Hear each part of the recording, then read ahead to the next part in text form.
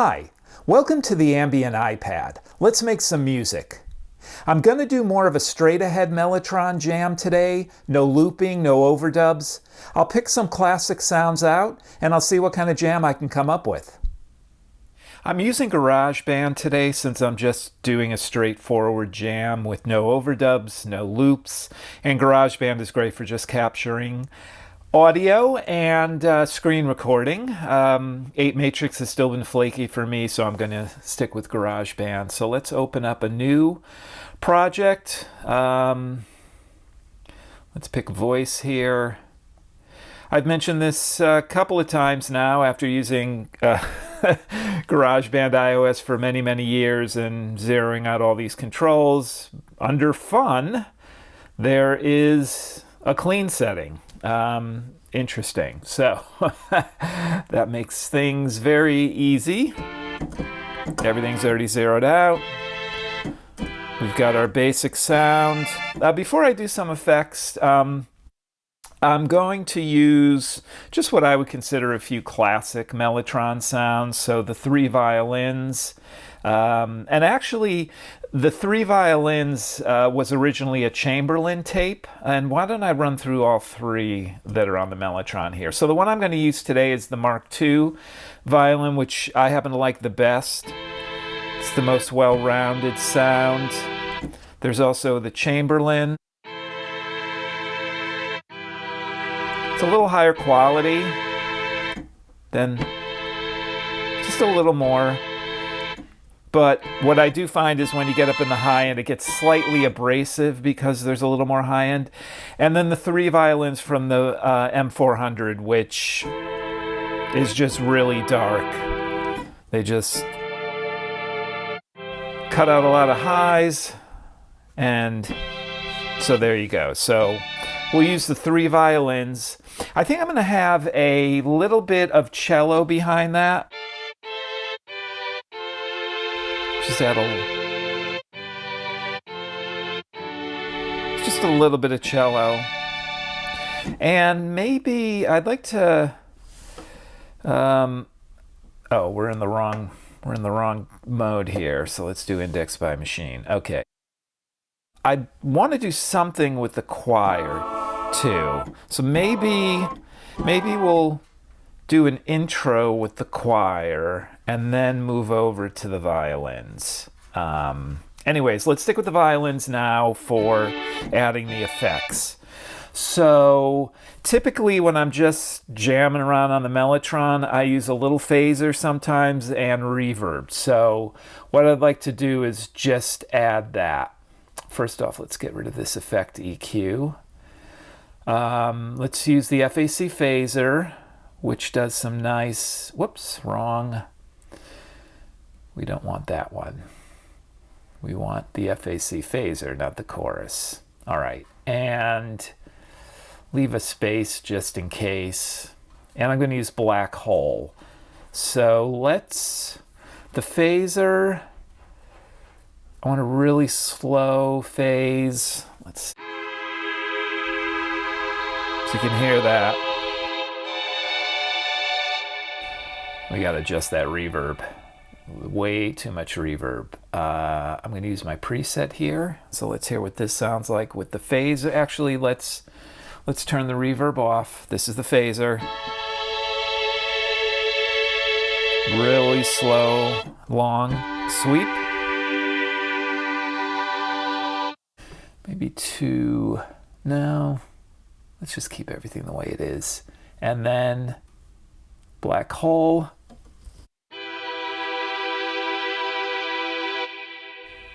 And both together. All right. You know what? I do want some compression, just a little bit to even things out. So we'll just use the Garageband compression and a teeny bit of delay. Probably won't notice this that much. It's just a little bit to kind of carry the sound and the reverb tails a little more. So that is essentially the sounds, I think. I'm kind of happy with that.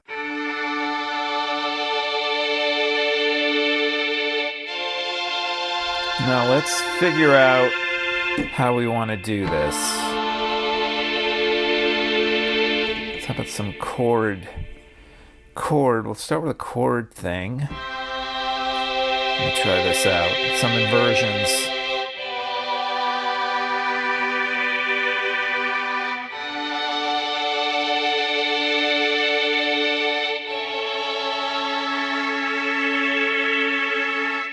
Okay, I'm just doing kind of basic inversions and block chords, nothing fancy.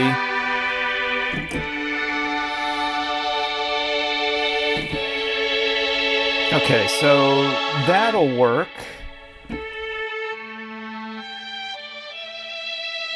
And then let's hear what it sounds like with the cello, just a little bit of cello.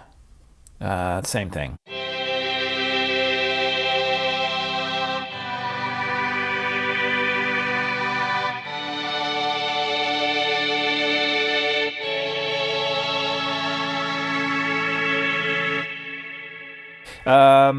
Maybe I'll open with something like that, and then we'll do some kind of solo-y thing in the middle. Come back to this. And then, you know, maybe for a coda, I have this piece, it's really the coda of a different piece that I did in the early 90s, never released, but it's just one of those chord sequences when I sit down at the Mellotron I kind of jam with.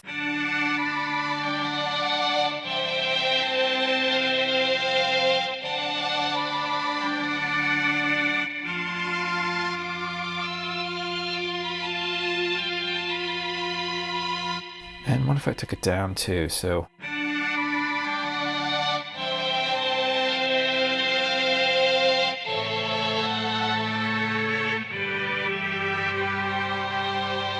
Okay, maybe that at the end. So we've got this chord thing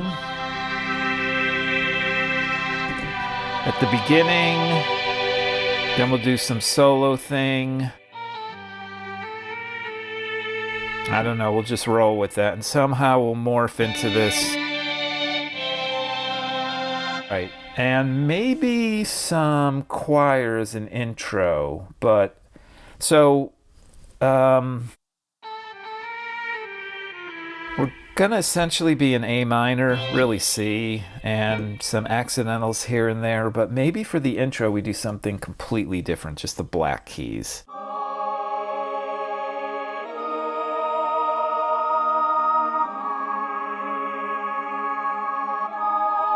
And we could fade in some of the strings.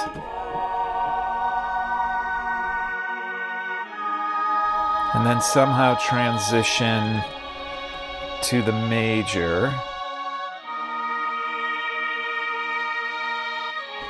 I'm gonna have to get to the cello. Luckily it's only 2 slots away. There.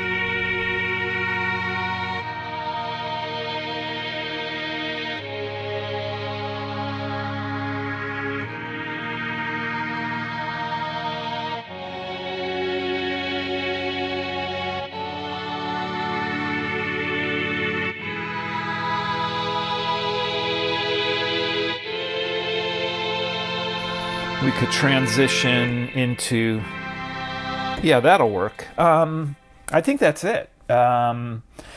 Really just 3 sounds, couple of effects. Those kind of chord things will work if I can remember them. The coda one I'll remember because I played that for a long time. The other thing, this, was it? Yeah, pretty basic. First inversions and just block chords, a lot of block chords. With the Mellotron, you know, it's like it's the equivalent of cowboy chords on a guitar. You know, sometimes that just fits. And for the Mellotron, you know, all you need is 3 notes, even 2, and you get really big spacious sound. Put something in the bass, you know, and have a couple of sounds going like this. It's huge. I don't have to do weird chords, which I would have to think about anyway. So All right, I'm gonna just give this a try here. I want to do a test recording only because I get crackle in the headphones for some of this stuff, but I don't think it's translating. At least it shouldn't. I mean, I'm barely, I'm not even in the yellow here. But I really don't want to raise the volume up too much because there will be some distortion. One thing I do want to do, so the Mellotron, talked about this before. It's a mono output, analog output. These effects are stereo, but I'm not really hearing a lot of stereo. So I'm going to add wider, which is, widens the stereo field. And if there's a mono field, kind of makes it stereo. With these kind of apps, as long as you're conservative and just use a little, it can add some space, some air around the sound to give a little bit of stereo-ness, for lack of a better term. But once you start getting overboard, it just doesn't sound right. So I really just use 20%, and I have that here. So not even sure we can hear that much of a difference here, but let's try.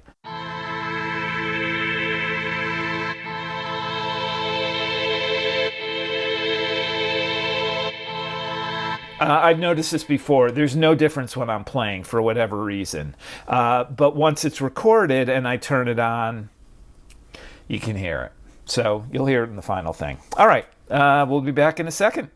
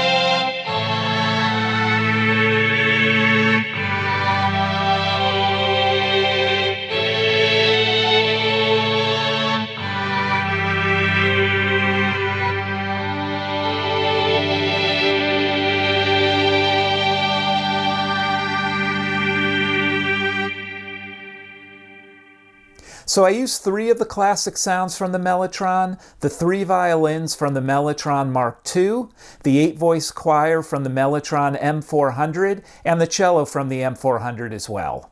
Thanks for watching, thanks for listening, and good luck with your own music.